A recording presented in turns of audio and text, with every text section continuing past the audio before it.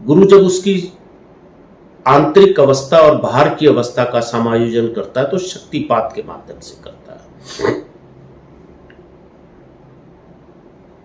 गुरु के पास जितना भी आध्यात्मिक ज्ञान होता है वो आध्यात्मिक ज्ञान के द्वारा उसकी वृत्तियों को अंदर,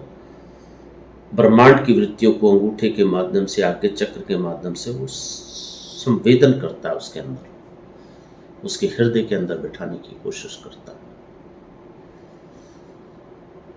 पर इसका मतलब ये नहीं कि उसने वो धारण कर लिया। गुरु तो लगातार प्रयास करता है कि इसके अंदर वो बाहर की वृत्तियां कम होते होते आंतरिक वृत्तियों में निकल जाए।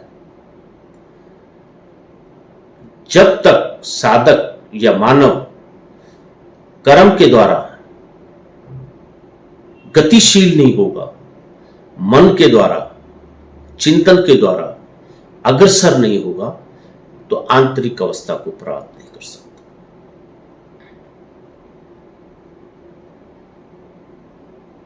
तो साधक या मानव को अगर आंतरिक अवस्था को प्राप्त करना है तो गुरु के शक्ति पात के द्वारा, गुरु के शब्दों के द्वारा, गुरु के चिंतन के द्वारा अपने मन वचन कर्म को भी उस क्रिया के साथ, आंतरिक अवस्था के साथ जोड़ना चाहिए, संयुक्त प्रयास करना चाहिए कि वो उसका जीवन ऊपर उठे, पराविज्ञान में भी वो उच्च कोटि की प्राप्ति करे और अपने जीवन के इस फल में, जो जीवन के संयुक्त मोर्चा गृहस्थ का है, अपना जो संयुक्त जीवन चल रहा है सुख सुविधा, उसमें भी वो अपना तटस्थ होकर अपना निर्वाह करे।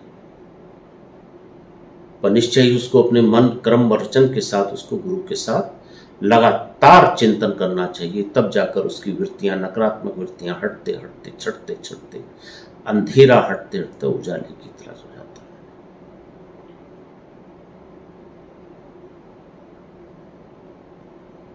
और साधक को यह मानव अपने जीवन में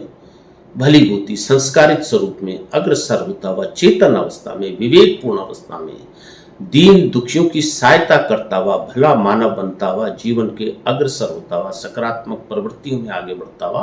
अपने साधना कर्म को करता हुआ और भौतिक जीवन में अपने राष्ट्र के निर्माण के लिए, अपने परिवार के निर्माण के लिए आगे बढ़ता हुआ, समाज के लिए भी उपयोगी होता है। पर उसे लगातार गुरु चिंतन, गुरु ध्यान, गुरु मिलन अपने मन वचन कर्म के साथ लगातार करता रहना चाहिए। ये अच्छा साधक होता है, अच्छी वृत्ति होती है।